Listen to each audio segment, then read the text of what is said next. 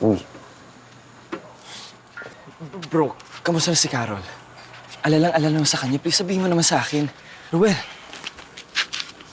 ayun. Araw-araw malungkot.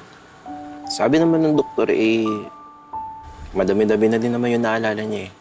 Pero, parang may nakalimutan siya. ano pa yung mga alaala niya na hindi pa bumabalik? Tungkol ba sa akin? Sa aming dalawa? Hindi. Yung nagawa ko ba? Hindi. Naalala ka niya eh.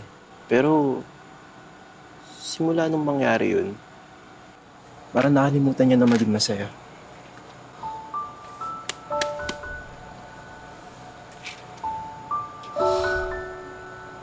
Noel, alam mo, matagal na kasi yung Kyla na yan.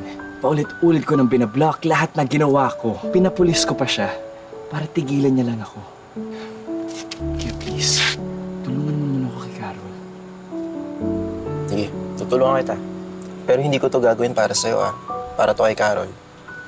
Ayoko siya nakikitang nagkakaganon eh.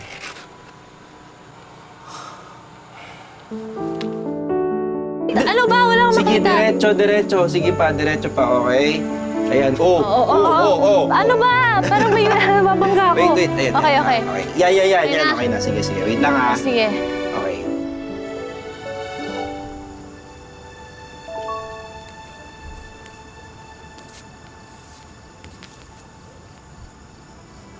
Mahal, patawad kung mukhang ang dahilan kung bakit na-aksidente ka.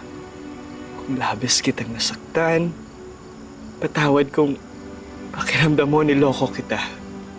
Ang totoo, mahal, ikaw lang talaga ang mahal ko. Ikaw ang kasama ko sa lungkot at saya. Ikaw ang kasama ko sa lahat ng bagay. At balang araw, kung ako naman magka-amnesia, ikaw at ikaw ang pipiliin ko araw-araw. I'm really sorry. Makalimot man ang utak, pero mahal yung puso ko, ikaw pa rin ang tinitibok.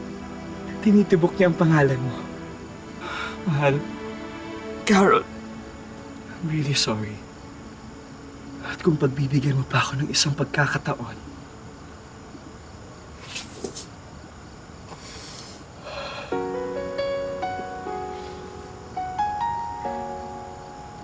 Carol, will you marry me again?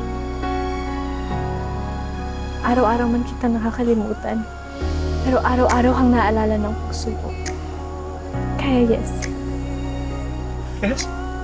Yes.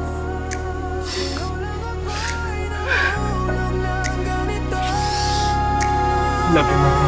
Ikaw